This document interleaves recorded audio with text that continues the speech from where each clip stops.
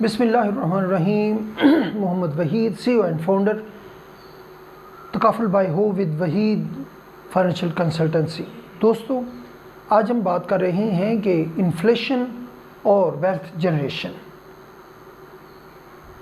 जो महंगाई है और जो अपनी वेल्थ है उसको बढ़ोतरी कैसे और क्यों।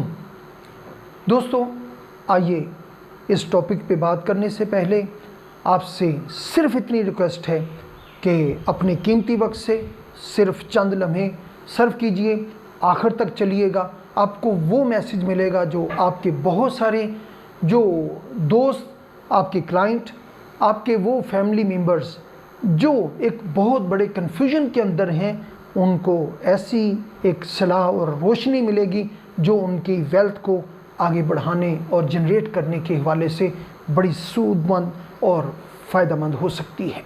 दोस्तों, सबसे पहली बात जो अर्ज़ करना चाहता हूँ वो ये है कि इन्फ्लेशन क्या है। दोस्तों, इन्फ्लेशन उस महंगाई का नाम है, उस भूत का नाम है जो हमें दिन ब दिन खाता चला जा रहा है, जो नज़र भी नहीं आता और जो हमारी जो कमर है उसे तोड़े जा रहा है। दोस्तों, अगर हमने आज इसको रियलाइज़ नहीं किया तो हम चंद सालों के बाद ऐसे खाली हाथ होंगे कि हमें पता भी नहीं होगा कि ये हुआ क्या है। ये इतना बड़ा जो डाका हमारी माश के ऊपर डला है वो कैसे डला है हमें समझ भी नहीं आएगी। दोस्तों, आइए इस जिन को अगर कैद करना है तो उसको समझने की ज़रूरत है। वो जिन है इन्फ्लेशन का, महंगाई का। दोस्तों, अगर आज हम अपना 1 लाख रुपया किसी भी जगह सेव कर देते हैं, किसी लॉकर में रख देते हैं, किसी अपने गले के अंदर रख देते हैं, इवन अपने बैंक के अंदर रख देते हैं, करंट अकाउंट के अंदर। दोस्तों, अब साल के बाद क्या होगा? साल के बाद मिनिमम जो महंगाई है, इन्फ्लेशन है, वो 6 से 7% काउंट की जाती है। लेकिन अगर आज हम इन्फ्लेशन रेट AI से पूछें, जो बड़े इंटरनेशनल पैमाने हैं उनसे पूछें कि पाकिस्तान में इन्फ्लेशन रेट क्या है, दोस्तों आपके रोंगटे खड़े हो जाएंगे। वो है 15%। 15%, आपको यकीन नहीं आएगा। दोस्तों, अब इसका मतलब ये है कि हम ना 7 लेते हैं ना हम 15 लेते हैं, हम एवरेज 10% कर लेते हैं। 10% का मतलब है कि अगर आपने 1 लाख रुपया अपने गले के अंदर, अपने लॉकर के अंदर और अपनी करंट अकाउंट के अंदर रखा है तो साल के बाद क्या होगा?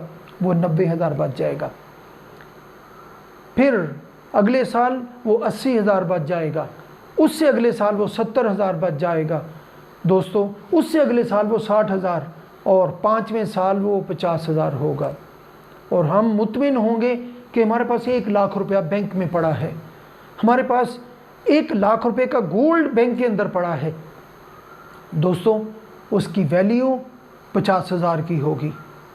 अब ये वो जिन है, ये वो भूत है जो हमारी कमर को तोड़े जा रहा है, जो हमारे माश को पता भी नहीं चल रहा और वो खाए जा रहा है। दोस्तों, अब इसका हल क्या है? हल ये है कि हमें फौरी तौर पर वेल्थ जनरेशन की तरफ जाना होगा, हमें वेल्थ प्लानिंग की तरफ जाना होगा और उसके लिए आपको किसी अपने खैर खा की तरफ फाइनेंशियल प्लानर के लिए के साथ जुड़ना होगा ताकि आपको इस जो महंगाई का भूत है उससे बचा सके, आपके जो एसेट्स हैं उनको महफूज कर सके और आपको वो सलाह दे सके, वो आपको एडवाइस दे सके ताकि आप अपनी कम अज़ कम जो हलाल की कमाई उसे महफूज तो कर सके। दोस्तों, अब एक और जो नुक्ता अर्ज़ करना चाहता हूँ वो ये है कि हम इसलिए भी अपने फंड्स को जो है वो अपने गले के अंदर दबा के रख देते हैं। अगर शो कर दिया तो फिर क्या होगा? फिर हमारे FIR पीछे पड़ जाएगा, टैक्स देना पड़ जाएगा। दोस्तों, बड़ी ही ये इलॉजिकल बात है। किस तरह? इस तरह कि हमारा जो फ़ंड अगर हम शो कर देते हैं, अपने एसेट्स को ज़ाहिर कर देते हैं, शुक्र हलाल के हैं, और हम उसको अपने टैक्स रिटर्न्स के अंदर शो कर देते हैं, तो कोई माई का लाल आपको परेशान करने वाला नहीं, कोई FBR आपको परेशान करने वाला नहीं, वो बिल्कुल कतन आपको परेशान नहीं करते। उनका मुतालबा सिर्फ ये है कि आप लीगल सारी चीज़ों को लेकर चलें। दोस्तों, अब जो इससे अगली बात जो अर्ज़ करना चाहता हूँ वो ये है कि हमने 1 लाख रुपया इन्वेस्ट किया, उसके ऊपर फॉर एग्ज़ाम्पल 10,000 रुपये मुनाफा आ गया। अब जो हमें टैक्स पे करना है, कैपिटल गेन टैक्स CGT, वो पे करना है उस 10,000 के ऊपर, हमें उस लाख के ऊपर टैक्स नहीं देना। हम समझते हैं कि जब हमने शो कर दिया तो सारे के ऊपर टैक्स देना पड़ेगा। दोस्तों, ऐसा नहीं, बड़ी सादा सी बात है कि जो हमने मुनाफा कमाया है उसके ऊपर उसका टैक्स होगा, और वो फॉर एग्ज़ाम्पल 15% भी लगाएं, 16% भी लगाएं, तो उस 10,000 का हमारे पास सीधी सी बात है 8,500 बच गया। अब चे जाए कि हम अपने फंड्स को ऐसी जगह पे सेव कर दें, करंट अकाउंट में रख दें, और वहाँ पर वो 1 लाख का 90,000 बच जाए, उससे कहीं बेहतर है कि वो 1 लाख का 98,000 बच जाए, 99,000 बच जाए। चले, कुछ ना कुछ तो ऐड हुआ।